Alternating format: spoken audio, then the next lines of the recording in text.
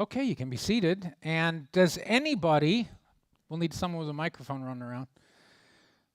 I realize we don't have anyone on deck. Joel's out of town tonight. Probably you didn't notice because Nick does such a great job. But now Nick is our runner. Okay, does anybody have a dream they had in the last night or two that's short enough and appropriate enough for us to be able to talk about it in this setting and try to interpret it? Okay. I had a dream that my cat got out of the house, and as we were outside trying to get her back in, a huge black panther came strutting through the yard, which made the cat run away further. And Scott was running around waving his arms trying to get the panther out. I went back into the house. Neighbors came over, tried to help with the panther, waving their arms and yelling.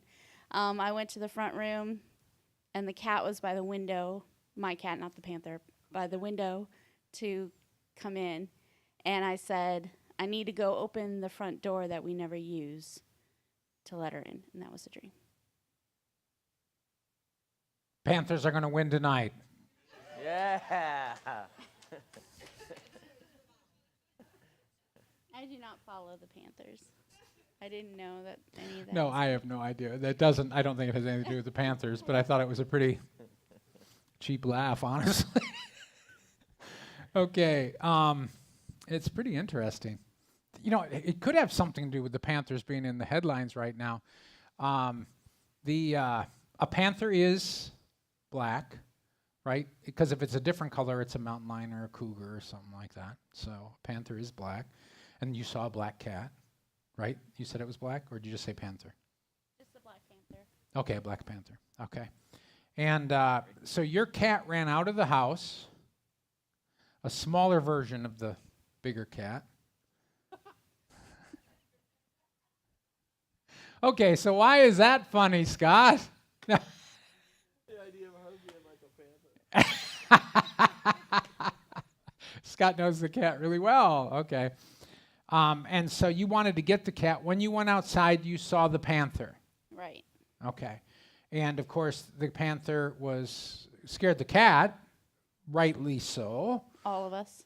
Yeah. And Scott starts running around wildly, waving his hands. I can see it. I can see this. And other neighbors did, too, and everything. Now, I mean, the thing in the dream that is really, and you probably all thought this right away, right? This is kind of an incongruous thing to be doing, because when there's a panther outside, everyone should be seeking shelter.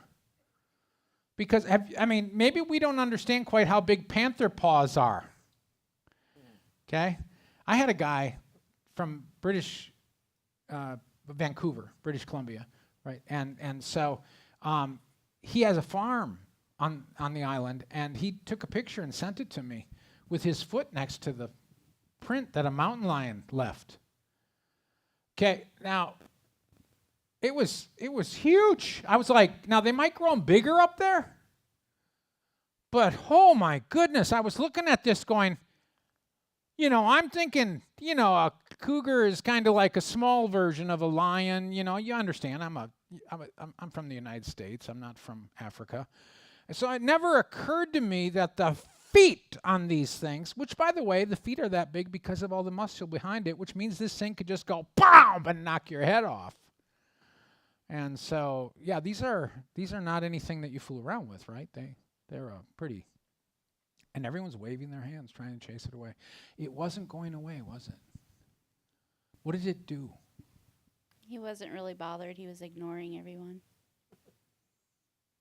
Sleeping? Walking. Just walking. Walking through the yard, yeah. Okay. In and out of the proper lead line. So someone finally made a sane move. That was you, and went back in the house.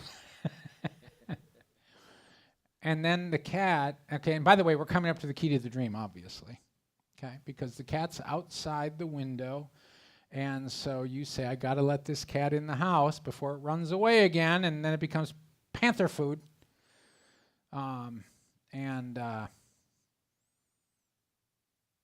You say, we need to open the front door. And what was that last phrase? we don't use the front door, and now I have to go open the front door that we don't use. That's interesting. Anybody? What does that mean to you? What do you think? What does it mean to you? You're pretty Not- good with dreams.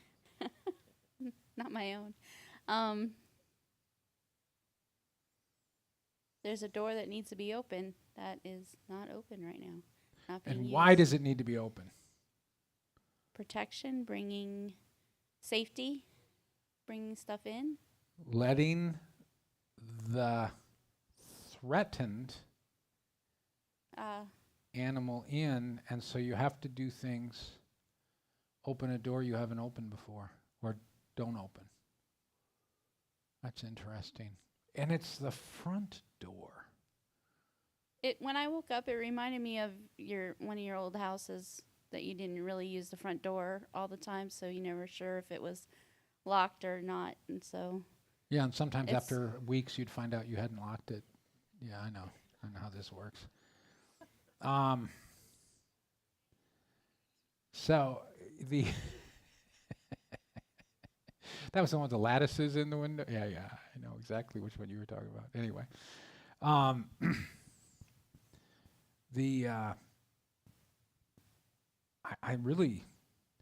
think it's offering ourselves as places of refuge, because we're inviting people. Okay, now let's just turn the corner for a minute, or just head off to a side note. We're living in a time of severe, some of the things I talked about tonight could unleash really a great deal of fear, and people could be running. And this is a real message about being ready to open the front door, and the front door represents access. Where does everyone that comes to your house go? Front door. If they go to the side door, you want to say, what's wrong with you? They go to the front door. That's where strangers come. That means access. People can come. That's where they access you. And it's about being able to open up a door that you're not used to opening. One of the things I set up at MorningStar when I was speaking was that we need to be able to be ready to take in refugees. Okay? And I think that's probably what we're talking about with that dream. Does that speak to you? Yeah, when we were talking about letting in the threatened, that kind of popped into my head that's probably what it meant. Yeah. Taking in the threatened. Yep. Good. Anybody else think that that's wrong? You say, not after that Panther thing. Okay. Thank you, Debbie, for sharing that. And Lord, I ask that you'd give us hearts that would be willing to help people and bring them in the front door. If they're fleeing, help them. Let us be a shelter and a provider for them, especially from the spiritual turmoil, but also if there's any other need. In your name, Jesus. Amen.